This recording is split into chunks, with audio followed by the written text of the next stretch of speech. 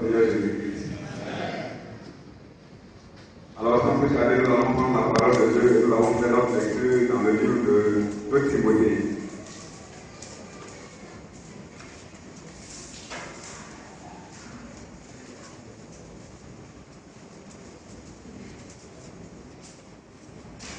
De Timothée, le chapitre 2,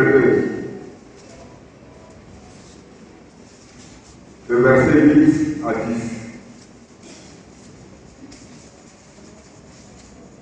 Alors, si vous avez trouvé, je fais la lecture.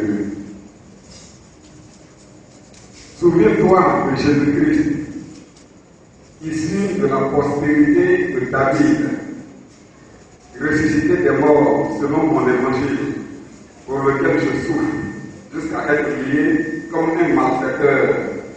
Mais la parole de Dieu n'est pas liée. Verset 10. C'est pourquoi je supporte tout à cause des élus, afin qu'eux aussi obtiennent le salut qui est en Jésus-Christ avec la gloire éternelle. Amen. Voilà, ici il s'agit de l'apôtre Paul qui s'adresse à son fils spirituel Timothée.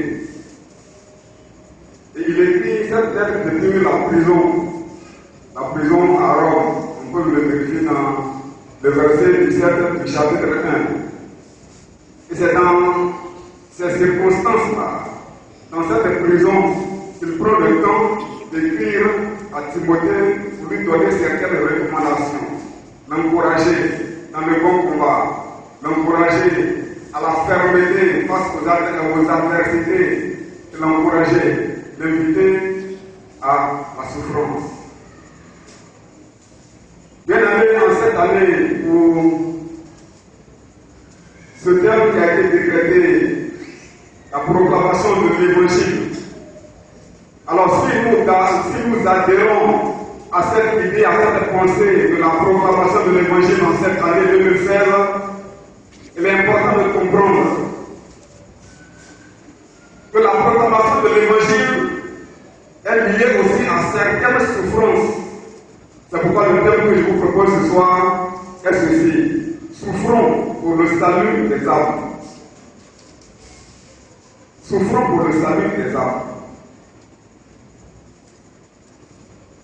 Bien aimé, je suis conscient que le terme n'est pas très intéressant à entendre, mais pour des enfants de Dieu qui sont nés de l'esprit, qui aiment le Seigneur, tout ce qui vient de Dieu est intéressant à entendre et à observer.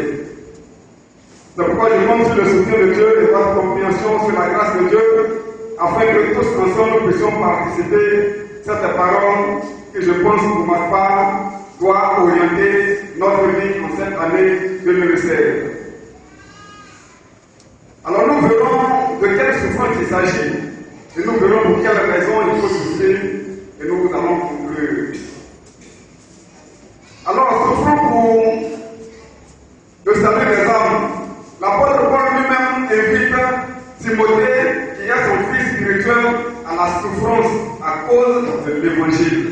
Et nous pouvons voir cela dans le chapitre 1, le verset 8, où il dit ceci: n'est point honte de l'évangile à rendre à notre Seigneur, n'est point honte du témoignage à rendre à notre Seigneur, ni de moi sont prisonniers, mais souffre avec moi pour l'évangile par la puissance de Dieu. Souffre avec moi pour l'évangile.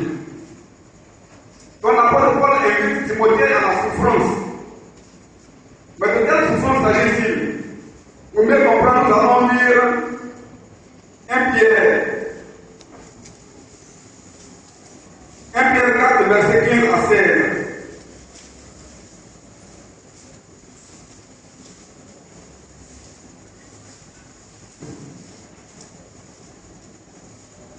Voilà ce qui est écrit. Que nul de vous, en effet, ne souffre comme meurtrier, ou voleur, ou malfaiteur, ou comme gérant des affaires d'autrui.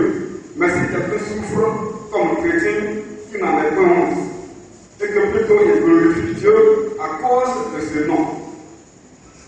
Donc là, il ne s'agit pas d'une souffrance que nous-mêmes nous avons provoquée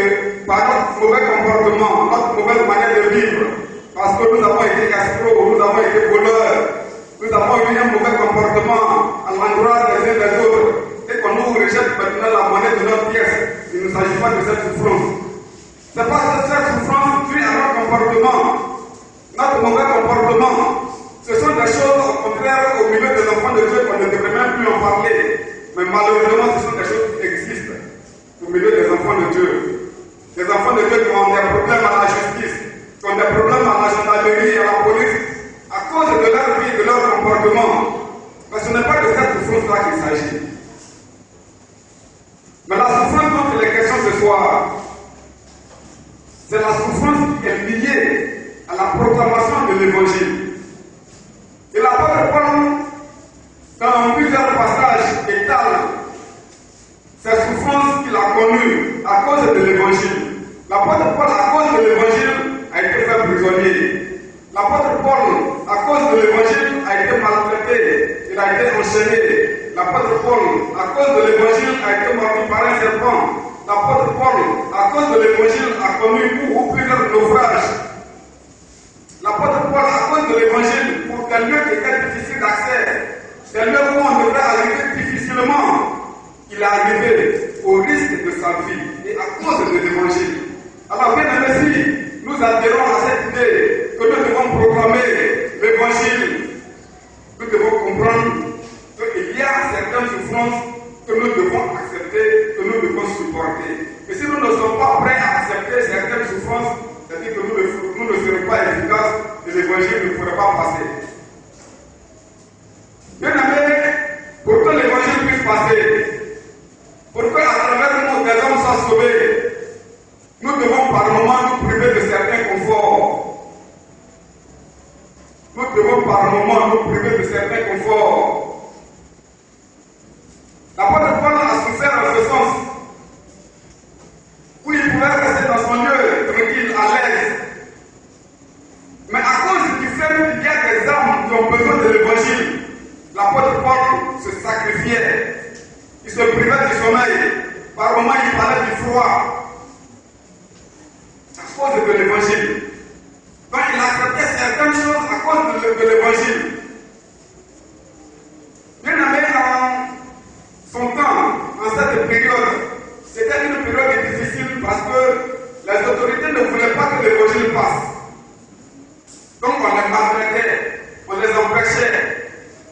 Mais aujourd'hui, nous sommes à une période où dans un pays où il n'y a même pas d'opposition, il n'y a pas de persécution, où nous sommes libres de faire tout ce que nous voulons, libres de prêcher, libres de rentrer dans tous les quartiers que nous voulons. Mais malgré cela, beaucoup ont les mains croisées, tout simplement parce qu'ils ne veulent pas affronter la honte. Tout simplement parce qu'il y a devant eux des injures. Tout simplement parce qu'on va leur regarder d'un mauvais œil. À cause de tout simplement ces choses-là, on refuse de proclamer l'Évangile. Là où il n'y a pas de persécution.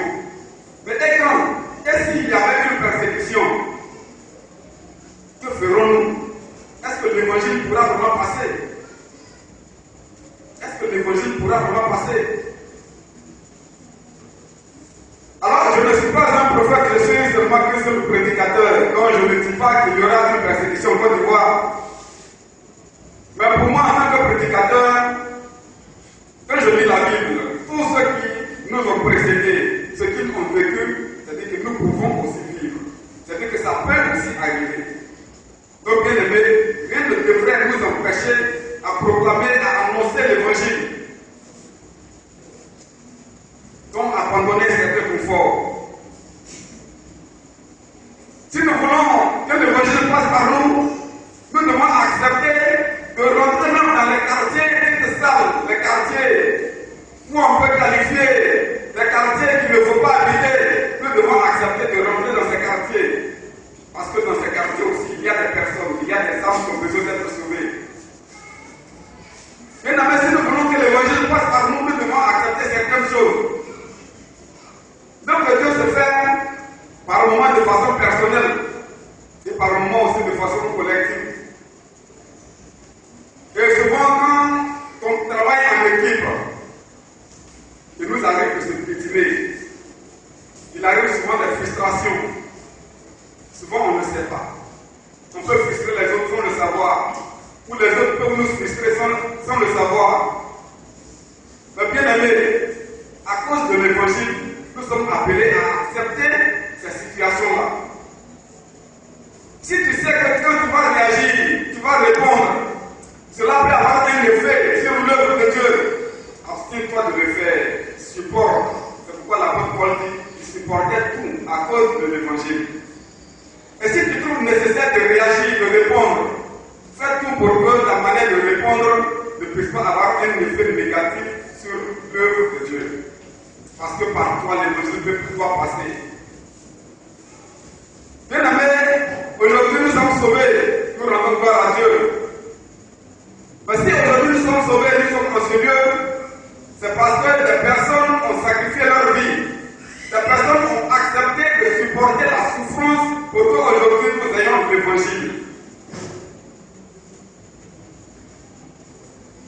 Je ne connais pas l'institut de Daloa, mais je vais parler de l'institut de Katani, là où je connais.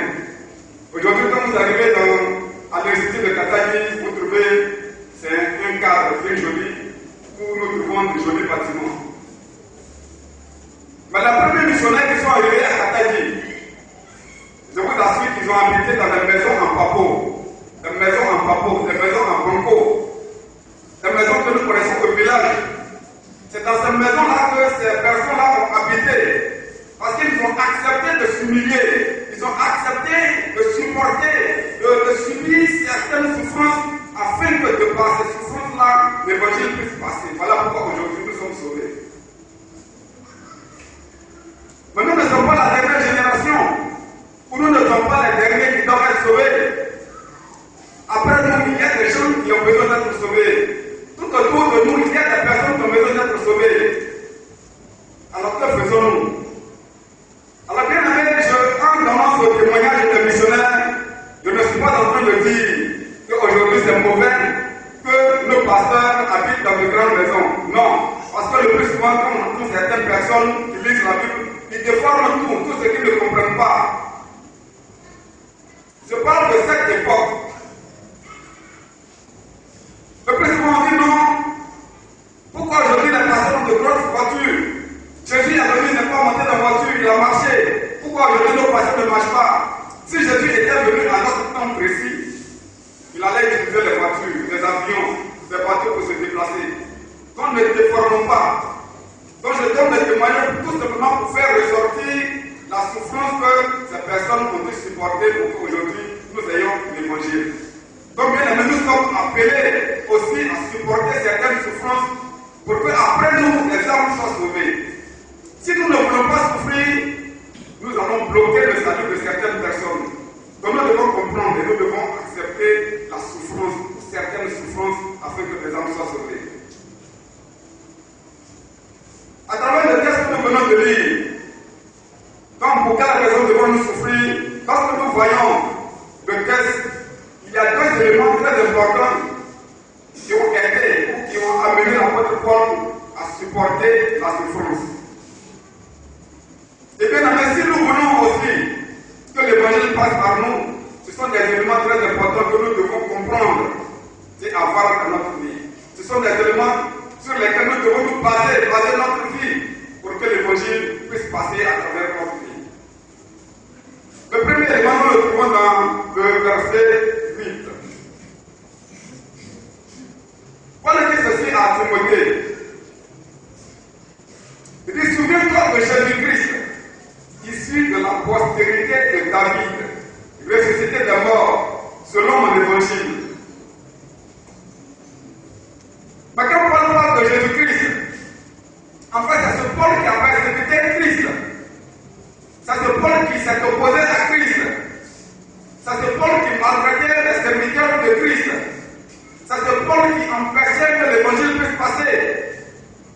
Et d'ailleurs, c'est dans cette mission qu'il a croisé le Seigneur.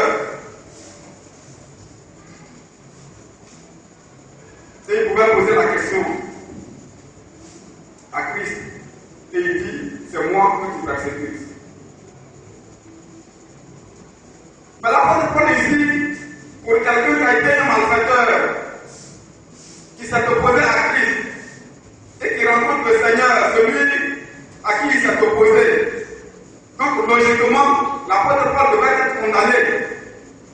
Puisqu'il a été un malfaiteur, il a maltraité l'église de Christ. Donc l'apôtre Paul devrait être condamné. C'est quelqu'un qui ne méritait pas la vie. Mais c'est ce Paul à qui le Seigneur fait grâce. C'est ce Paul à qui le Seigneur fait grâce.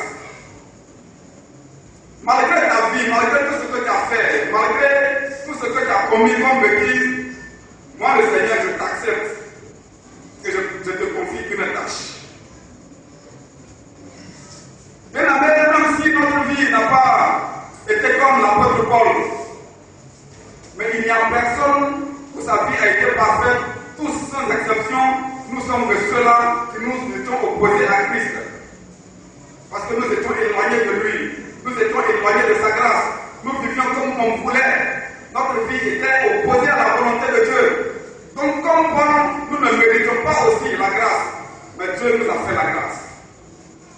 Dieu nous a fait la grâce. Donc comme Paul pense à cela, quand Paul fait revenir ce souvenir, cela nous donne d'accepter d'être au service de celui-là qui lui a ouvert les bras. Bien aimé, lorsque nous regardons notre passé et aujourd'hui, le Seigneur nous fait la grâce d'être à son service. C'est avec le choix que nous devons le faire. C'est avec le choix que nous devons le faire. Et l'apôtre Paul n'acceptait pas la souffrance par contrainte, mais il le faisait avec le choix. Et c'est ce qu'il dit dans Colossiens 1, le verset 24. Il dit, je me réjouis dans mes souffrances, je me réjouis dans mes souffrances pour vous. Et ce qui manque aux souffrances de Christ, je l'achève en ma chair pour l'Église qui est son corps. Donc l'apôtre Paul n'est pas contraint de souffrir. Donc c'est au contraire avec le choix qu'il accepte la souffrance pour la cause de Christ et pour le salut des âmes. Voici le premier élément sur lequel l'apôtre Paul se base. Souviens-toi de Christ. Souviens-toi de son amour. Souviens-toi de sa grâce qui t'a accordée. Donc c'est une grâce d'être au service de Dieu et de souffrir pour lui. Le deuxième élément, nous le trouvons dans le verset 10. Il dit, c'est pourquoi je supporte tout à cause des élus, afin qu'eux aussi obtiennent le salut. Je supporte tout à cause des élus, afin qu'eux aussi obtiennent le salut. Donc l'apôtre Paul avait la compassion pour tous ceux qui l'entouraient ou qui étaient loin et qui n'avaient pas encore reçu le salut. Comme Jésus pouvait s'exprimer en ce mot lorsqu'il a regardé la foule, il a même dit qu'il a été ému de compassion de voir toutes ces âmes qui n'avaient pas de berger. Lorsque nous regardons aujourd'hui toutes ces personnes qui sont éloignées de Dieu, qui vivent comme bon leur semble, qui ont cette vie de perdition, loin de la grâce de Dieu, quel sentiment, qu'est-ce qui nous anime? Ou alors pour nous, ça c'est leur affaire, on s'en fout. Qu'est-ce qui nous anime? L'apôtre Paul avait la compassion pour ces âmes-là. Il avait pitié pour ces âmes. Donc quand Paul est dans la souffrance, il pense à ces personnes. Je souffre non pour moi, mais je souffre pour ces personnes. Je souffre pour que ces personnes aussi soient sauvées. Bien aimés, sommes-nous prêts à accepter la souffrance pour que des hommes soient sauvés? Est-ce que nous sommes prêts? Ou alors nous sommes prêts seulement pour nous, pour notre vie? Nous aimons tellement notre vie.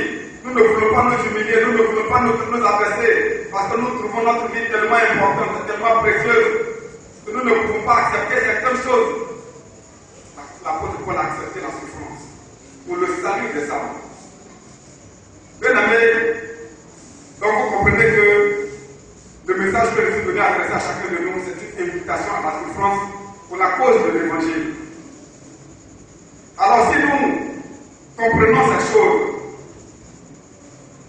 si nous comprenons qu'il est important que l'évangile passe, il est aussi important et nécessaire que nous puissions accepter certaines souffrances afin que les âmes soient sauvées. Car nous serons heureux d'avoir sacrifié nos vies pour que les âmes soient sauvées, des personnes qui devraient aller à la perdition, des personnes qui devraient être condamnées et que par nous ces personnes-là soient sauvées, ce serait pour nous une joie. Alors je vous avoue que c'est vraiment une joie pour moi. Parce que le Seigneur a permis que